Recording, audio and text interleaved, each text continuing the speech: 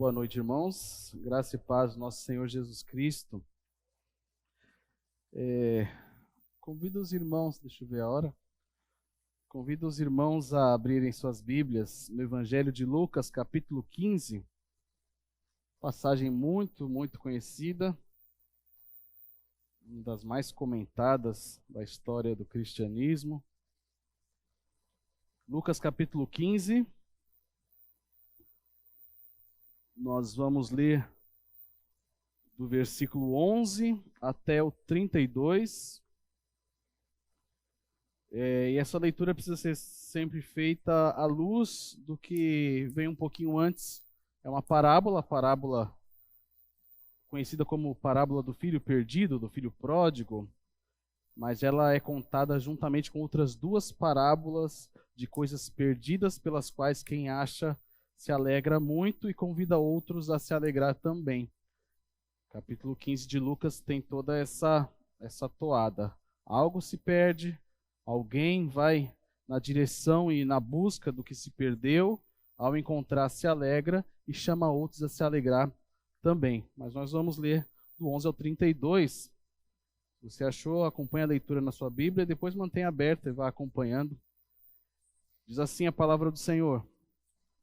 Jesus continuou. Certo homem tinha 2 filhos. O mais moço deles disse ao pai: Pai, quero que o senhor me dê a parte dos bens que me cabe. E o pai repartiu os bens entre eles. Passados não muitos dias, o filho mais moço, ajuntando tudo que era seu, partiu para uma terra distante e lá desperdiçou todos os seus bens, vivendo de forma desenfreada. Depois de ter consumido tudo, sobreveio àquele país uma grande fome, e ele começou a passar necessidade. Então foi pedir trabalho a um dos cidadãos daquela terra, e este o mandou para os seus campos, a fim de cuidar dos porcos.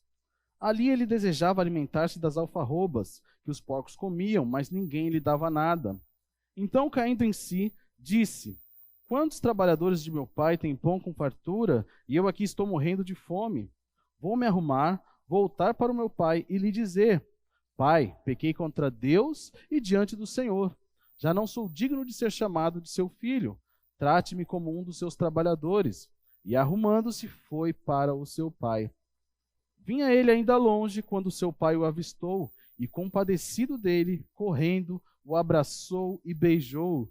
E o filho lhe disse: Pai, pequei contra Deus e diante do Senhor. Já não sou digno de ser chamado de seu filho. O pai, porém, disse aos servos: Tragam depressa a melhor roupa e vistam nele. Ponham um anel no dedo dele e sandálias nos pés. Tragam e mate o bezerro gordo. Vamos comer e festejar, porque este meu filho estava morto e reviveu, estava perdido e foi achado. E começaram a festejar. Ora, o filho mais velho estava no campo. Quando voltava, ao aproximar-se da casa, ouviu a música e as danças. Chamou um dos empregados e perguntou o que era aquilo. E ele informou: O seu irmão voltou. E por tê-lo recuperado com saúde, o seu pai mandou matar o bezerro gordo. O filho mais velho se indignou e não queria entrar. Saindo, porém, o pai procurava convencê-lo a entrar. Mas ele respondeu ao seu pai: Faz tantos anos que sirvo o Senhor, nunca transgredi um mandamento seu, mas o Senhor nunca me deu um cabrito sequer para fazer uma festa com os meus amigos. Mas quando veio esse seu filho, que sumiu com os bens do Senhor, gastando tudo com prostitutas, o Senhor manda matar o bezerro gordo para ele. Então o pai respondeu: Meu filho, você está sempre comigo, tudo que eu tenho é seu, mas era preciso festejar e alegrar-se, porque este seu irmão estava morto e reviveu, estava perdido e foi achado. Oremos. Pai Santo, obrigado pela tua palavra, nós te pedimos que teu Santo Espírito trabalhe em nossos corações, em nossas mentes, nos trazendo, Pai, a perceber a maravilha da tua salvação, a maravilha do que o Senhor está fazendo no mundo, em nossa comunidade e em nossas vidas, Pai. Em nome de Jesus, que isso nos leve a te amar acima de todas as coisas, amar uns aos outros, como é tua vontade, como é teu mandamento, Pai. Em nome de Jesus que eu oro, esteja conosco. Obrigado pela tua presença entre nós. Ensina aos nossos corações. Em nome de Jesus, glorifica teu nome em nosso meio. Amém. Passagem muito conhecida. É interessante a gente ler o versículo 1 do capítulo 15, que diz quando isso aconteceu. Diz assim: aproximavam-se de Jesus todos os publicanos e pecadores, para quê? Para o ouvir. Por outro lado, também tinha outro grupo se aproximando. Os fariseus, versículo 2, e os escribas murmuravam, dizendo: este recebe pecadores e come com eles. Então, quando Jesus conta essa parábola, tem dois grupos em volta dele. Publicanos, que eram os cobradores de impostos. Imagina um cobrador de impostos. A gente não tem essa, eu não conheço nenhum cobrador de impostos, mas existe. Naquela época era público e notável. Quem eram os cobradores de impostos? Ele era o seu vizinho, só que ele era muito rico e você dava dinheiro para ele mandar para o império. Publicanos e pecadores se aproximavam de Jesus para ouvir. Por outro lado, fariseus e escribas, ou seja, os religiosos e a liderança religiosa da época, murmuravam. E a palavra aqui murmuravam, ela dá a exata ideia do povo que murmurava no deserto contra, não Moisés, mas o próprio Deus, quando Deus os tirou do Egito. Então, Lucas começa fazendo aqui esse contraste. Publicanos e pecadores, aqueles de que ninguém esperava que se aproximassem de Deus, chegavam perto de Jesus para o ouvir. E por outro lado, aqueles que conheciam a religião, conheciam a lei, murmuravam e reclamavam do quê? Finalzinho do versículo 2, pelo fato de Jesus receber pecadores e comer com eles. A ideia aqui de comer com eles é de estender comunhão para publicanos e pecadores. E aí Jesus conta as três parábolas, e aí nós chegamos no versículo 11, onde Jesus conta a parábola mais extensa, a parábola mais profunda, digamos assim, porque em uma ele fala de bicho, em outra ele fala de moeda, mas na terceira ele fala de ser humano, ele fala daquilo que tem repercussão eterna. Ovelhas e moedas não são eternas, seres humanos são. E aí nós temos, todo mundo já ouviu pregação nesse texto, e eu queria separar esse texto analisando os filhos e o pai, e se eu pudesse dar um título nessa pregação, eu diria que um pai de 3 filhos. E eu já explico porque o terceiro filho, mas já fica aí um pré-spoiler para você ficar imaginando quem é o terceiro filho. Primeiro filho, o filho mais novo, aquele que pede a sua parte da herança. No versículo 12 a 13, nós vemos que ele deseja a separação do pai e controlar a própria vida. A vida que ele está levando ali para ele não é boa o suficiente. Ele quer uma vida que seja longe do pai, que ele mesmo esteja no controle. As famílias naquele período eram bem patriarcais. O pai, ele comandava aquela família como um clã, mesmo quando os filhos já eram até idosos. Quem lembra de Jacó falando para os seus 12 filhos, para eles irem buscar comida no Egito, não eram crianças, eram rapazes, eram senhores já com seus filhos e até netos. E ele fala, quando a gente lê a passagem, parece que está falando com crianças: ô meninos, levanta aí, vão buscar, vocês vão deixar a família morrer de fome. Na verdade, os pais naquela época eles tinham uma autoridade mesmo depois do filho ser casado, do filho ter seus filhos, porque as famílias viviam juntas como clãs. E aí nós temos esse primeiro filho, esse filho mais novo, que deseja estar longe do pai, que deseja controlar a própria vida, e ele chega para o pai e manifesta esse desejo dele na forma de: quero a minha herança, não me importa a sua vida, eu quero estar longe, eu quero a minha parte. E o pai o ouve e faz aquela divisão, entrega para ele, e diz o texto das Sagradas Escrituras que alguns dias depois, esse filho, já com a sua parte, ele parte. E do versículo... Já com a sua parte, ele parte. Enfim. E nós vemos no versículo 13 ao 16 que depois de gastar todo esse dinheiro e começar, parecia que estava dando certo o plano dele, vivendo de acordo com a sua própria vontade, controlando a própria vida, longe do pai, parece que está dando tudo certo, mas a partir do versículo 13 nós vemos que ele começa a sofrer o impacto de uma vida longe do pai. Então, primeira coisa que eu gostaria de destacar aqui: uma vida longe do pai tem seus impactos. A princípio pode parecer que não. A princípio parece que melhora. A princípio parece que você toma o controle nas mãos, mas o final de uma vida longe de Deus, longe do pai, é miséria, como nós vemos nesse desenrolar dos fatos na vida desse filho mais novo. Ele chega ao ponto de competir comida com os porcos e perder. Na disputa com os porcos para ver quem ia comer as alfarrobas, que aqui na minha Bíblia, graças a Deus, tem dizendo que é vagem de uma árvore, que eu não sabia que era isso, ele perde dos porcos. Ele tem menos prioridade que os porcos. E os irmãos devem lembrar que o porco era o animal mais imundo na mentalidade judaica. Então ele está no estrangeiro, entre gentios, que os judeus já consideravam pessoas que não se deveriam estar no meio, e ele está trabalhando com porcos e não consegue nem comer o que os porcos comem. Olha que situação escandalosa que Jesus apresenta para os seus ouvintes ali. Mas a partir do versículo 17, esse primeiro filho, ele cai em si, em arrependimento.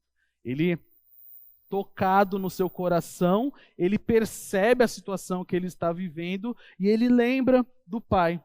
E a partir daí, do 18 até o 20, nós vemos o movimento desse filho, após ter caído em si, percebido a sua situação, a sua miséria, e tendo se arrependido, ele confia na graça de Deus, não no seu próprio merecimento. Versículo 18 a 19, ele diz assim: vou me arrumar, voltar para meu pai e lhe dizer: pai, pequei contra Deus e diante do Senhor, já não sou digno de ser chamado seu filho. Ele não volta planejando uma justificativa. Pai, é que o Senhor era muito rígido comigo. Pai, é que o Senhor, fez isso, fez aquilo, também meu irmão, mas também essa fazenda, eu queria conhecer o mundo. A volta desse primeiro filho ao cair em si é totalmente confiada na graça de Deus. Em conhecer o caráter do pai, confessar seu pecado ao pai, saber que não tem merecimento nenhum diante do pai, e aí ele vai ver o que vai acontecer. Mas ele confia que esse pai vai o receber de alguma forma. A expectativa dele é como um servo, mas nós vamos ver e nós já sabemos que é muito mais do que isso. E ele vai até o pai. Esse é o primeiro filho. Essa é a primeira situação. Uma pessoa que estava dentro, uma pessoa que estava junto, uma pessoa que fazia parte e desejosa de tomar o controle da própria vida e desejosa de viver longe do pai, porque aparentemente a presença do pai não permite que ele viva o que quer viver. Ele vai para longe e cai na miséria que viver longe de Deus causa na vida de uma pessoa. Essa é a primeira coisa que a gente percebe no texto. Mas nós temos um segundo filho e temos um pai. Qual é a reação do pai ao ver esse filho? Versículo 20 diz que o pai se compadece. O pai se enche de compaixão. Compaixão é ter um sentimento junto. Olha só que interessante. O filho vai embora porque quer. O filho pede a sua parte porque quer. Ninguém obrigou ele a ir embora. O filho gasta no que quer. E quando ele volta, depois de sofrer e de passar por todo tipo de miséria, o pai sente o sofrimento dele. O pai que não tinha feito nada de errado, o pai que não fez nada para que aquele filho fosse embora, ainda assim, aquele pai é cheio de compaixão. Aquele pai olha para o filho e se identifica com a dor e com a miséria daquele filho. Isso quebra um pouco a ideia de misericórdia e compaixão que às vezes a gente tem. Sabe aquela coisa que a gente fala assim, só quem já passou entende? É verdade. Mas às vezes quem não... E nós somos chamados a, não tendo passado, entender também. Não tendo passado por certa situação, ainda assim sermos misericordiosos e compassivos. O pai nunca tinha passado por disputar comida com porco, mas ao ver um filho que passou por isso, ele se enche de compaixão. Versículo 20. Outra coisa que nós vemos, versículo 20 ainda, o pai vai até esse filho. O pai não só espera o filho chegar, mas o pai vai até esse filho. O pai corre até ele, não só vai, mas corre até ele, acolhe esse filho, ama esse filho, beija esse filho, enche esse filho de afeto, enche esse filho de cuidado, enche esse filho de amor. Muito diferente do que a gente faria, provavelmente, não somente dentro dos nossos ambientes familiares, mas também no nosso ambiente relacional, seja no trabalho e até mesmo na igreja. Na nossa cabeça, chegou alguém arrependido, precisa de um tempo aí para sofrer um pouco as consequências. Para a gente, a miséria que o pecado causou na vida da pessoa não é o suficiente. Nós precisamos causar uma miséria também para que a pessoa possa ser readmitida à mesa. Não é assim que Deus faz. Deus não causa uma miséria maior do que o pecado já causa. Deus não traz um castigo maior do que o pecado já traz para aqueles que estão voltando arrependidos. Nós acabamos de ler no comecinho do culto, de que se confessarmos os nossos pecados, Ele é fiel e justo para nos perdoar e nos purificar de toda injustiça. No meio do texto não tem nenhum meio termo, nenhuma pausa para Deus primeiro nos dar uma surra para que a gente possa aprender. O aprendizado é já sentado à mesa. O aprendizado não é lá fora, o aprendizado é dentro. É já tendo sido readmitido. O aprendizado é já tendo sido reintegrado na vida e na comunhão com o Pai. Então o Pai se compadece, o Pai vai até esse filho, o Pai acolhe esse filho, o Pai ama esse filho. Versículo 22 e 23, o Pai restaura o lugar desse filho na família e na mesa. Sempre que a gente vê mesa na Bíblia, envolve comunhão, envolve alguém que faz parte, alguém que é respeitado, alguém que é visto como quem faz parte daquela família ou daquele grupo. Quem está sentado na mesa faz parte. Quem não está, não faz. Por isso que a gente tem a mesa do Senhor. E aí por isso que a gente fala, explica quem pode participar da mesa do Senhor. Aqueles que são cristãos, batizados e tudo mais. Porque da mesa participa quem faz parte. E o Pai restaura esse filho ao seu lugar na mesa, ao seu lugar na família. E aí nós vemos exatamente o que já foi narrado por Lucas nas parábolas anteriores. O Pai se alegra. Versículo 23, no finalzinho ele fala, vamos comer e festejar. Vamos comer e festejar.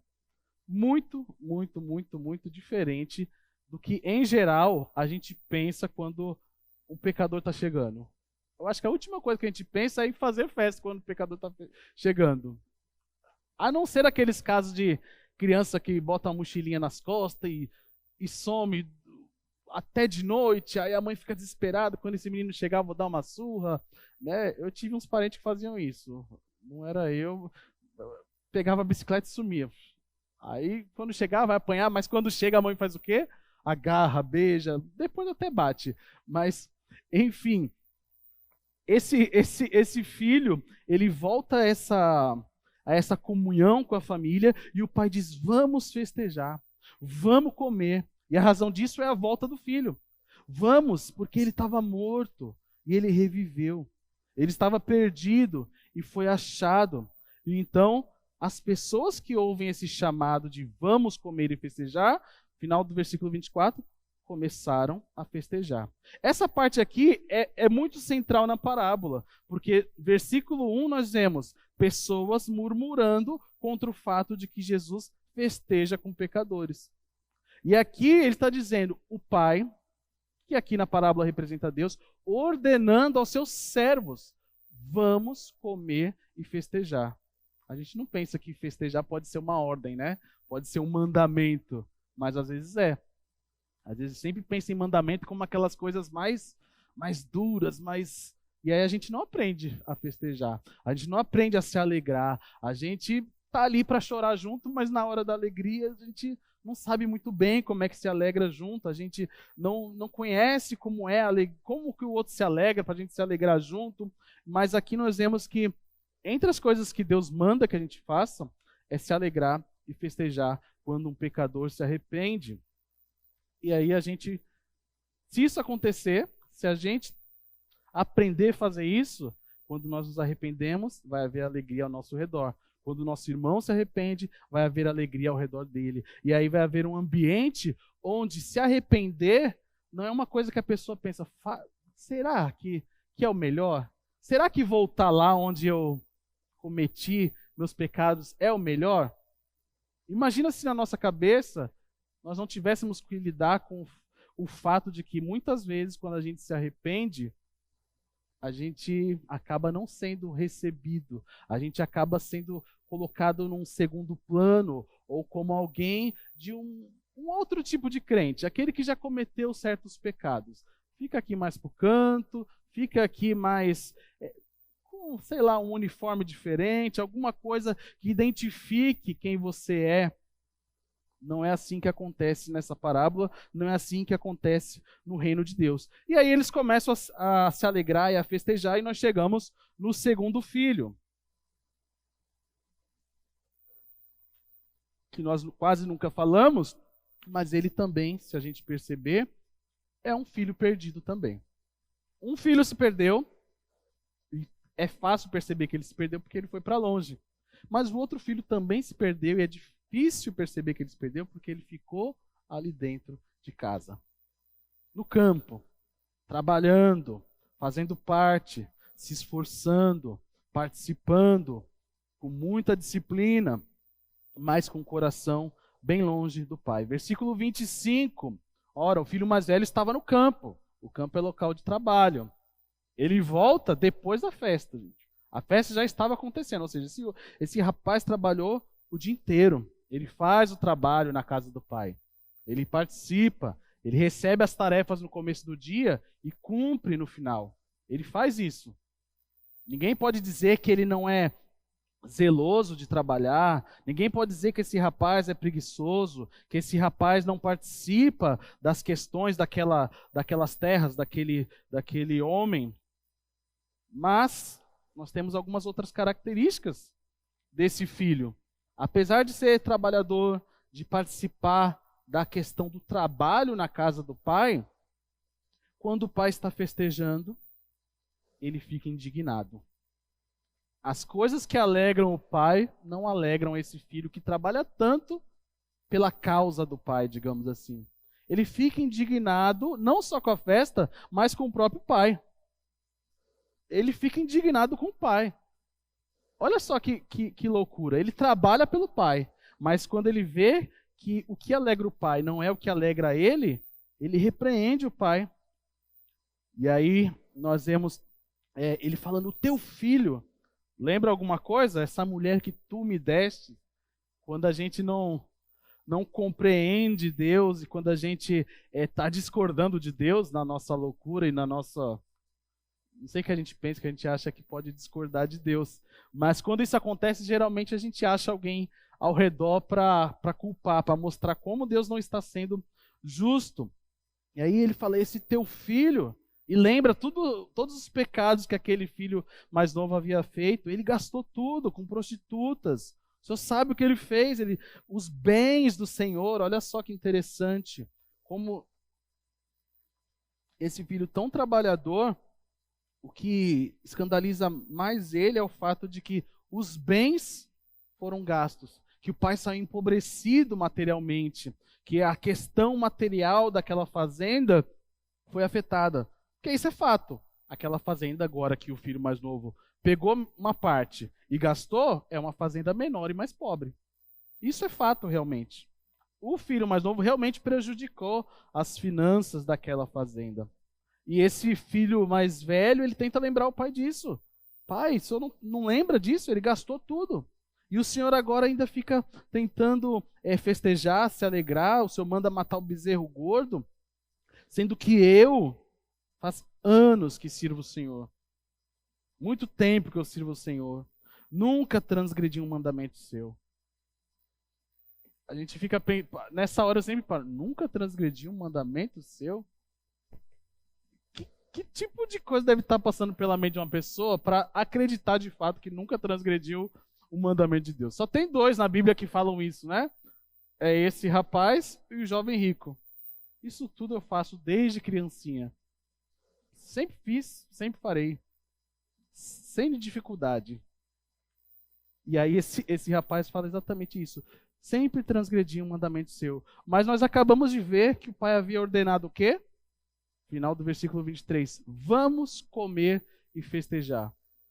Meus irmãos, alguns mandamentos a gente está predisposto a obedecer. Né? Por exemplo... Existe na Bíblia, por exemplo, algumas questões que falam como nós devemos tratar o pecador impenitente, aquele que não se arrepende. E às vezes a gente tem a certa facilidade.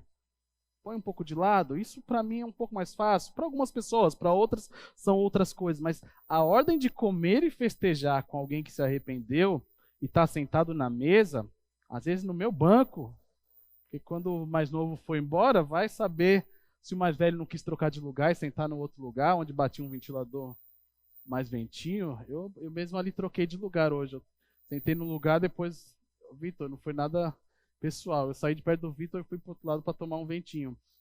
Mas a ideia do filho mais velho é que algo estava sendo injusto naquela casa, naquela festa, naquela alegria que o pai estava promovendo. E aí, se a gente entender que o pai quer se alegrar com o filho mais novo, às vezes a gente vai para o outro extremo. Tá vendo aí, filho mais velho? Você é um cara mau. Você também precisa de ser maltratado e sofrer para entender o que é a vida. Vai lá disputar comida com os porcos para ver. Você não tem compaixão nenhuma. Mas o versículo 28 diz que o pai também foi ao encontro do filho mais velho. Isso é incrível. O pai vai ao encontro do filho mais novo. O pai vai ao encontro do filho mais velho. O pai vai ao encontro daquele que vai para longe e cai nas maiores misérias que o pecado pode levar uma pessoa a viver. E o pai vai ao encontro daquele que parece que quase não pecou, trabalhou toda a vida, nunca transgrediu nada. O pai vai ao encontro porque tanto um quanto o outro estão debaixo de pecado, e tanto um quanto o outro necessitam que o pai vá até eles. E aí ele tenta trazer esse irmão a entender que é preciso se alegrar. É preciso se alegrar. Versículo 32. Era preciso festejar e se alegrar. É uma necessidade, não é uma opção. Jesus já disse que a festa no céu quando um pecador se arrepende.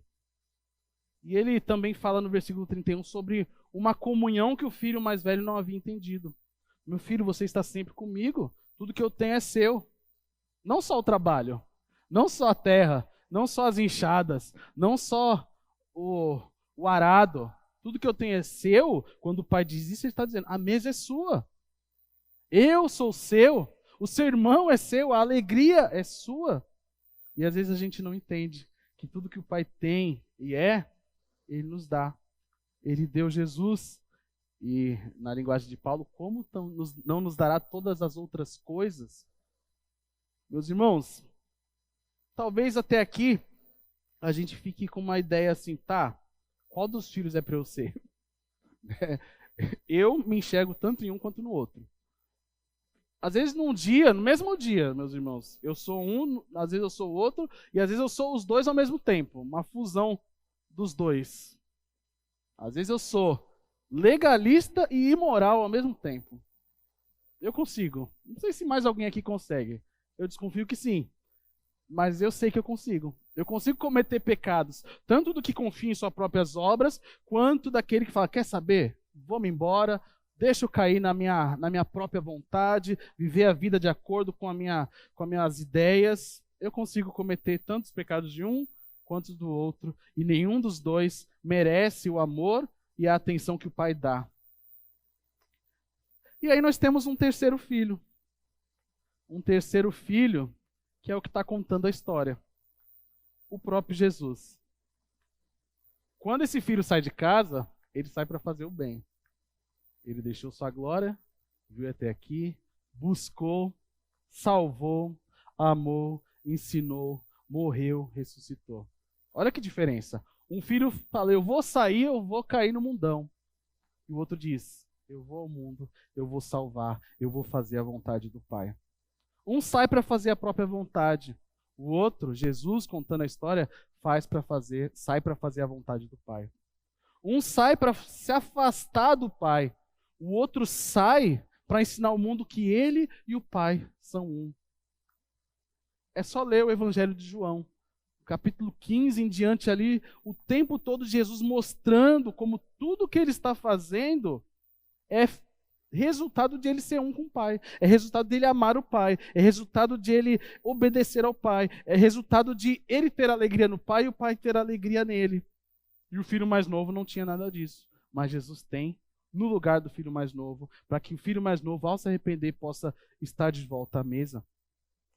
Por outro lado, o filho mais velho, que também estava com o coração afastado do Pai, apesar de estar de corpo presente, apesar de sempre, quando dava a hora, ele voltava para casa, dormia debaixo do mesmo teto, via a lista de tarefas que tinha para o próximo dia e cumpria cada uma delas. Esse filho mais velho não faz isso por amor. E quando nós lemos no Evangelho de João, principalmente, Jesus falando o que ele está para fazer nos próximos dias ali, quando ele vai para Jerusalém para ser crucificado, não fica dúvida. A motivação de Jesus é amor pelo Pai. A motivação de Jesus é ter uma alegria completa com o Pai e oferecer essa alegria a cada um de nós que cremos. O filho mais velho também não ouve o pai quando o pai o chama a se alegrar, o chama a participar da alegria. Mas Jesus diz a Bíblia nas profecias antigas, dizendo que ele verá o fruto do seu penoso trabalho e se alegrará. Jesus sofreu, não pelos próprios pecados, não porque estava disputando comida com os porcos, não porque foi para longe desobedecendo o Pai. Jesus sofreu por obediência e por amor a nós e amor ao Pai. Jesus também, incrivelmente, quando a gente vê esse chamado do Pai, tanto para o mais novo quanto para o mais velho, Jesus é aquele que parece que é o que está lá dentro da casa preparando a mesa. Vou preparar lugar. Lembram disso? Depois venho buscar vocês. E aí a gente lê em Apocalipse que quando Jesus terminar de preparar lugar, porque vai ter lá uma mesa, uma festa, alegria. Então quem prepara essa mesa é o próprio Jesus. Essa mesa para o qual são chamados nós, os filhos mais novos, rebeldes, que querem viver de acordo com a própria vontade, essa mesa é preparada por Jesus, para aqueles que creem em Jesus, para aqueles que confiam na obra de Jesus, no sangue de Jesus, que nos purifica de todo pecado, de toda injustiça. Essa mesa também é preparada para aqueles de nós que são filhos mais velhos. Como eu falei, alguns são os dois ao mesmo tempo. Alguns são os dois misturados. Aqueles que estão dentro, aqueles que jamais arredaram o pé para fora das terras do Pai. Aqueles que jamais deixaram de cumprir uma tarefa, aqueles que estão há muito tempo servindo o Senhor, mas não olham para esse Senhor como seu Pai, não olham para o outro irmão como um irmão, é esse teu filho. Como já disseram, quem tem Deus como Pai, não escolhe irmão. O irmão que a gente tem é o irmão que a gente tem. Ele é nosso irmão não porque nós o fizemos nosso irmão, mas porque Deus o fez primeiramente filho dele e, em segundo lugar, nosso irmão. Então não cabe a nós, e não é da nossa alçada e nem da nossa conta, escolher como o Pai se alegra com o nosso irmão. Porque o Pai se alegrou em nós por causa de Cristo e nós amamos o fato de que ele fez isso. Então, Jesus, com a sua obra na cruz, Jesus, com que ele veio e ensinou e fez e se entregou, morrendo e ressuscitando, ele preparou a mesa para nós. E nessa noite eu gostaria de que cada um de nós escutasse o chamado de Deus. Você está longe? Você pegou suas coisas e vou-me embora. Fez sua malinha aí e está longe? Volta. O Pai está de braços abertos, mas o Pai está onde ele está. Você precisa cair em si, se arrepender e voltar ao Pai, confiando que ele vai te receber por causa de Jesus. Você está perto. Quem olha nem imagina que seu coração ficou ali na última curva do rio, mas você está perto. Todo mundo pode te encontrar. Todo mundo sabe onde te encontrar. Todo mundo pode te ver em todos os lugares, na igreja, onde precisar, se você está lá, e isso é muito bom. E só quem pode dizer como é que está seu coração diante de Deus é o próprio Deus que vai dizer ao seu coração, e você que, permitindo o Espírito Santo de sondar seu coração, vai perceber. Você está em casa, mas está como? Você está nas terras do Pai, mas está como? Você tem alegria? Você se alegra com as festas que o Pai faz? Você obedece também quando o Pai fala simplesmente, vamos comer e festejar? A obediência é algo sempre tão duro, sempre algo voltado às coisas que são guerra, luta, vamos combater, nisso eu estou pronto para obedecer. O Senhor é o meu general, o nosso general é Cristo. E quando Jesus fala simplesmente com uma voz doce que não é de general? Nós precisamos estar prontos para obedecer quando ele fala como general, mas também quando ele fala simplesmente como um amigo, simplesmente como um irmão. A gente precisa aprender a reconhecer a voz de Jesus em todas as circunstâncias. Então, meus irmãos, gostaria de orar. Aproveite esse momento para que Deus sonde o seu e o meu coração. Em que aspectos da nossa vida a gente fez a mala, pediu nossa parte para o Pai e foi para longe. E é muito fácil que outros percebam, e às vezes a gente demora a falar para o irmão, irmão, você está indo longe, hein? Irmão, você foi para terra estrangeira, hein? Irmão, você tá disputando comida com porco, meu irmão. A gente fica sem jeito, a gente demora a falar, mas a gente vai para esses lugares. Se é essa situação, que Deus fale ao seu coração nessa noite. Mas se a situação é que ninguém quase nem percebe que você está longe, ninguém nem vê que seu coração ficou pelo caminho, apesar de seu corpo estar aqui, de seu horário ainda é dedicado a estar aqui, que Deus sonde também o seu e o meu coração e nos ajude a confiar somente na obra do filho mais velho, não esse segundo filho, mas o mais velho mesmo, o unigênito, aquele que obedece em tudo, aquele que se sacrifica, aquele que quando vai longe, vai para fazer a obra do Pai, aquele que quando está em casa, ele está se alegrando com o Pai, e que Jesus nos ensine a viver assim então, nem indo longe para viver nossa própria vida, nem ficando em casa com o coração longe, mas estando na presença do Pai, com a alegria que o Pai deseja que nós tenhamos. Vamos orar? Senhor Deus, Pai, muito obrigado pela Tua palavra.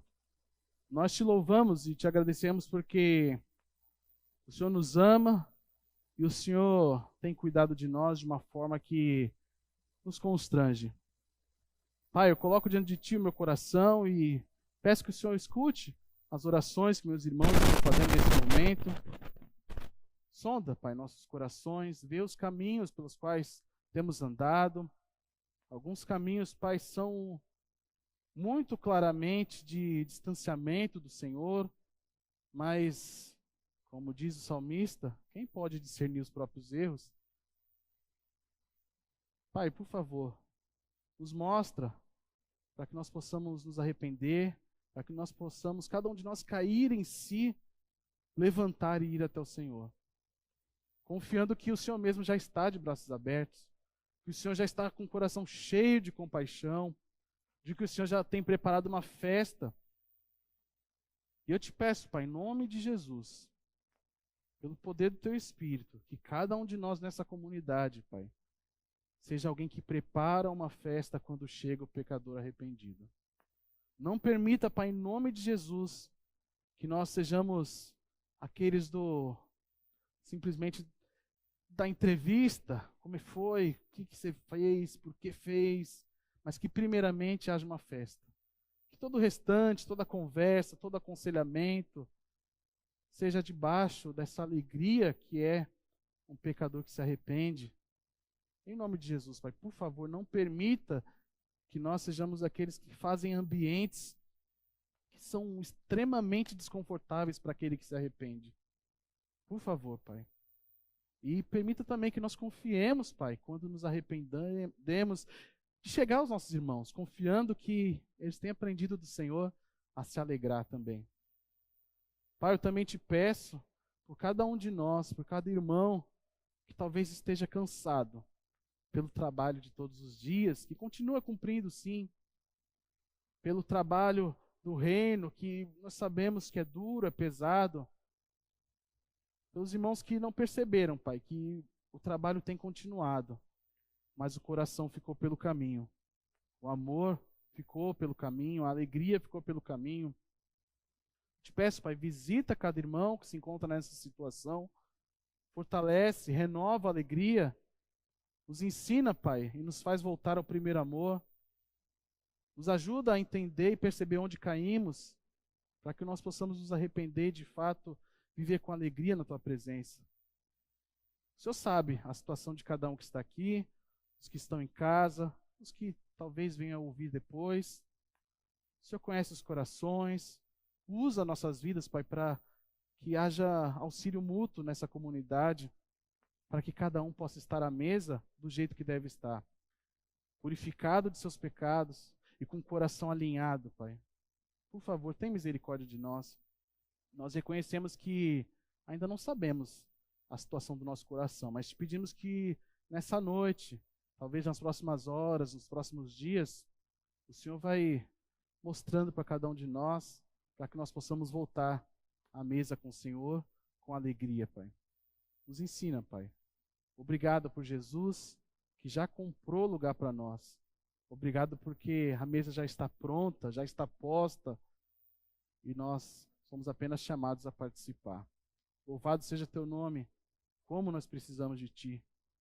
Recebe a adoração, Pai, todos os dias e restaura em cada um de nós a alegria da salvação.